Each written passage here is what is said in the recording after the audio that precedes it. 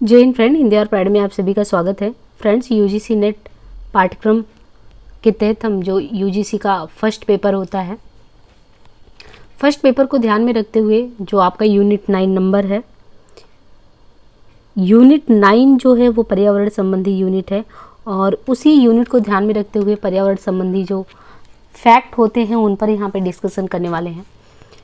देखिए, हमने प्रीवियस के वीडियो में बताया था कि संयुक्त राष्ट्र का एजेंडा 2030 तक का जो है इनका 17 सस्टेनेबल डेवलपमेंट गोल का, वो 17 डेवलपमेंट गोल हैं क्या। इससे देखिए आपको बार बार क्वेश्चन मिलेंगे, हर एक एग्जाम जो इन्वायरमेंट से रिलेटेड होते हैं। 17 विकास लक्ष्य बहुत इंपॉर्टेंट है, खासकर 2030 तक इसको पूरा करने का लक्ष्य रखा गया है। तो यहाँ पे यूएन का एजेंडा ये है कि सबसे पहले विश्व से गरीबी के सभी रूपों की समाप्ति करें। यूएन ये लक्ष्य रखता है कि विश्व में सबसे बड़ी अगर समस्या है तो गरीबी की है, इसलिए विश्व से गरीबी की जितने भी रूप हो सकते हैं उन सबको समाप्त करें। तो पहली बात गरीबी को समाप्त करना है। दूसरा लक्ष्य क्या है इनका, भूखमरी की समाप्ति, खाद्य सुरक्षा और बेहतर पोषण तथा टिकाऊ कृषि को बढ़ावा देना।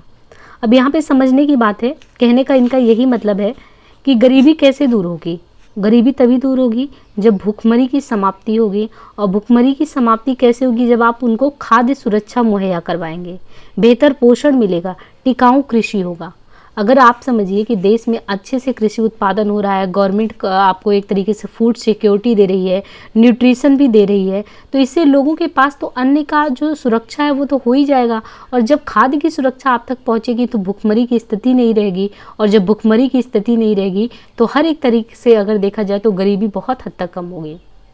तो पहला लक्ष्य ये कि हमको गरीबी कम करना है। अब गरीबी कैसे कम करेंगे, तो खाद्य सुरक्षा या मुहैया करवा के करेंगे। और आप इस समय देख भी रहे होंगे कि फूड सिक्योरिटी के मामले में देश जो है, भारत देश भी कितना आगे चल रहा है। आपको हर महीने आप देखेंगे पीडीएस के तहत जो है गवर्नमेंट के द्वारा हर एक चीज़ को प्रोवाइड किया जा रहा है ना। दाल चावल वगैरह जो भी है वो सारे खाद्य सुरक्षा के तौर पे आपको गवर्नमेंट प्रोवाइड कर रही है। तो पहला लक्ष्य विश्व से गरीबी को सभी रूप में समाप्त करना। दूसरा भूखमरी की समाप्ति, खाद्य सुरक्षा और बेहतर पोषण तथा टिकाऊ कृषि। तीसरा इनका लक्ष्य है 17 विकास लक्ष्यों में तीसरा कि सभी आयु के लोगों में स्वास्थ्य सुरक्षा एवं स्वस्थ जीवन को बढ़ावा मिले। और चौथा है समावेशी और न्याय संगत गुणवत्ता युक्त शिक्षा, एजुकेशन पर फोकस किया गया। साथ ही सभी को आजीवन सीखने का अवसर देना। अब ऐसा समझिए कि जब आपका पेट भरा हो और आपको ये अवसर दिया जाए कुछ सीखने का, तो आप सीख भी पाएंगे। उसके लिए आपको स्वस्थ होना बहुत ज़रूरी है। तो सब मिला के जो यूएन का ये गोल अचीव करना है, उन सबके केंद्र में है क्या?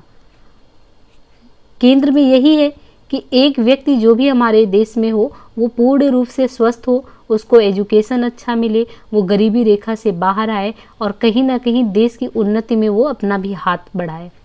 तो गरीबी कैसे समाप्त होगी, जब भूखमरी नहीं रहेगी। भूखमरी कैसे समाप्त होगी, जब आप खाद्य सुरक्षा देंगे, और जब खाद्य सुरक्षा होगा तो लोग वैसे ही स्वास्थ्य सुरक्षा, अगर सिक्योरिटी मिल गई उनको तो उनका हेल्थ भी अच्छा होगा क्योंकि उन्हें खाने को भी मिल रहा है।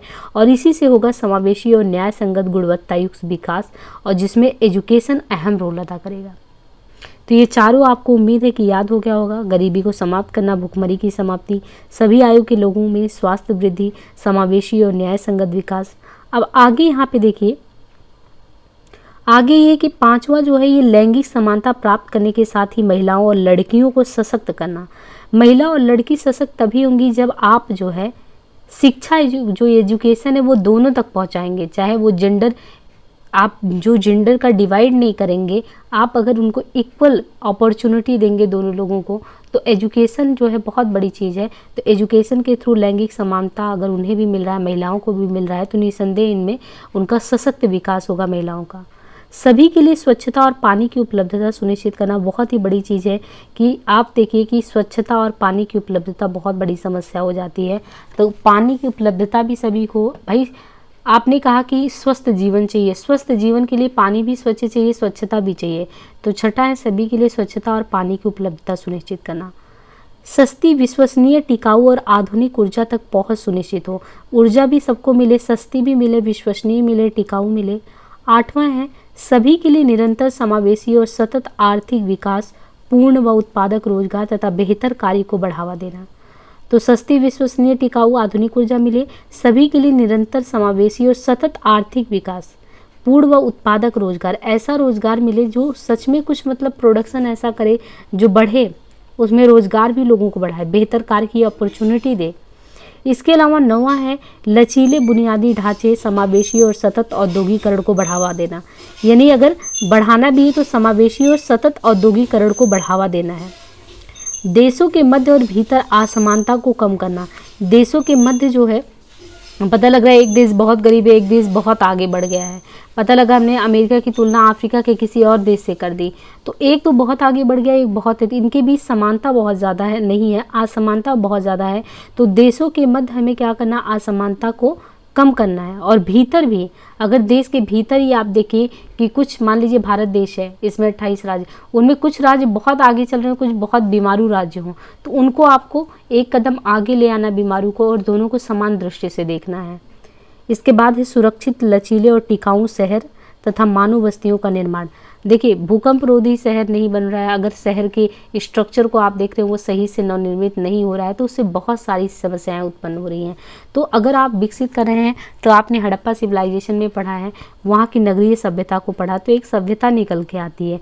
क्यों ना आप ऐसे जो है एक नगर का विकास करें जो टिकाऊ हो, ये नहीं कि थोड़ा भी भूकंप आया और सारे ही नष्ट हो गए एक बार में। अस्थायी खपत और उत्पादन पैटर्न को सुनिश्चित करना, जो कंजम्पशन भी करना है वो अस्थायी खपत और उत्पादन पैटर्न को समझना। जलवायु परिवर्तन और उसके प्रभावों से निपटने के लिए तत्काल कार्रवाई करना। तो जलवायु परिवर्तन और उसके जो प्रभाव पड़ रहे हैं लोगों पे, उनके प्रभाव से निपटने के लिए तत्काल कार्रवाई करना। अस्थायी सतत विकास के लिए महासागरों, समुद्र और समुद्री संसाधनों का संरक्षण और उपयोग करना। सतत विकास को बढ़ावा देने वाले स्थलीय पारिस्थितिकी प्रणाली, सुरक्षित जंगल, भूमि क्षरण एवं जैव विविधता के बढ़ते नुकसान को रोकने का प्रयास करना। सतत विकास के लिए शांतिपूर्ण और समावेशी समितियों को बढ़ावा देने के साथ ही सभी स्तरों पर इन्हें प्रभावी जवाबदेहपूर्ण बनाना। और 17वां है सतत विकास के लिए वैश्विक भागीदारी को पुनर्जीवित करने के लिए अतिरिक्त क्रियान्वयन के साधनों का मजबूत करना। तो यहाँ पे कुल मिला के आपने यूएन का एजेंडा जो 2030 है, जिसमें 17 विकास लक्ष्य रखे गए, उसको देखा। कैसे, एक बार वापस से रिवाइज कराते हैं। विश्व गरीबी को कम करना, गरीबी कम होगी जब आप भुखमरी को समाप्त करेंगे, भुखमरी समाप्त होगी जब खाद्य सुरक्षा होगा, और ऐसे लोग स्वास्थ्य सुरक्षा और स्वस्थ जीवन जिएंगे। और इससे समावेशी और न्याय संगत गुणवत्ता युक्त शिक्षा मिलने से लैंगिक समानता समाज में आएगी, और सभी के लिए स्वच्छता और पानी बहुत ज़रूरी है, तो ये 6ठे नंबर पे है। सबको सस्ती, विश्वसनीय, टिकाऊ आधुनिक ऊर्जा मिले, और इससे सतत आर्थिक विकास या रोजगार भी ऐसा मिले जो टिकाऊ हो। और लचीले बुनियादी ढांचे, समावेशी और सतत औद्योगिकरण को बढ़ावा देना। देशों के मध्य भीतर असमानता को कम करना। सुरक्षित, लचीले और टिकाऊ शहर बनाना, तो शहर टिका रहे। अस्थायी खपत उत्पादन पैटर्न को सुनिश्चित करना। जलवायु परिवर्तन, उसके प्रभावों से निपटने के लिए तत्काल कार्रवाई, ये 13 जो है आपका 13वां नंबर का गोल है। और अस्थायी सतत विकास के लिए महासागर, समुद्र और समुद्री संसाधनों का संरक्षण और उपयोग करना। तो अस्थायी सतत विकास के लिए जो महासागर है, समुद्र हैं, यानी मतलब कि पानी से रिलेटेड जितने भी आपके सागर, महासागर, समुद्र हैं, जल संसाधन के लिए जो भी स्रोत हैं, उनको अच्छे से देखभाल करना, उनका संरक्षण और उपयोग करना, ये 14 नंबर में है। जलवायु परिवर्तन 13वें पे है, 13वां गोल है। और 14वां अस्थायी सतत विकास के लिए जो आपका जितने भी जल का स्रोत है उनको अच्छे से संभालना।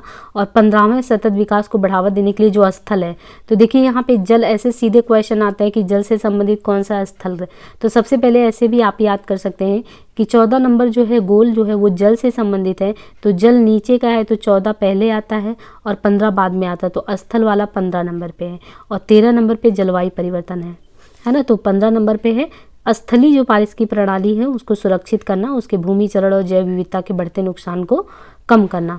और जो 16वां है वो शांतिपूर्ण, इन सब मतलब ये सारी चीज़ अगर आप रूल रेगुलेशन फॉलो करेंगे तो ऑटोमेटिक जो है शांतिपूर्ण और समावेशी समितियां जो बनेंगी, और ये सब जवाबदेह पूर्ण जो है न्याय करेंगी, और इस तरीके से पर्यावरणीय जो समस्याएं हैं वो भी जो है समाप्त होंगी। और इन सबसे सतत विकास के लिए वैश्विक भागीदारी को पुनर्जीवित करने के लिए अतिरिक्त क्रियान्वयन के साधनों को मजबूत करना।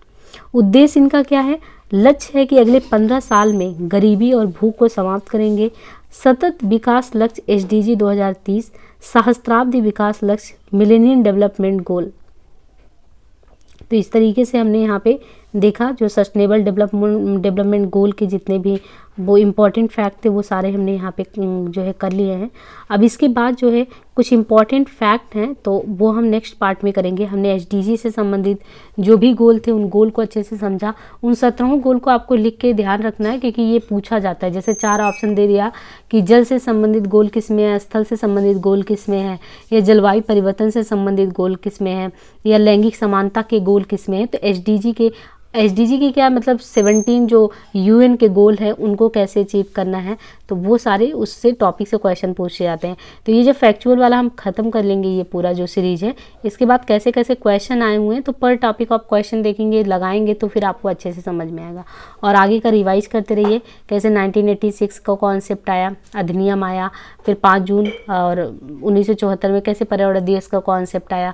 इसके बाद आपने देखा ब्रिटलैंड आयोग कैसे आया। तो ये सारी चीज़ों को आप रिवाइज करते रहिए। बाकी हम अगले जो वीडियो है उसमें हम फैक्ट को देखते हैं। आज के लिए इतना ही, धन्यवाद।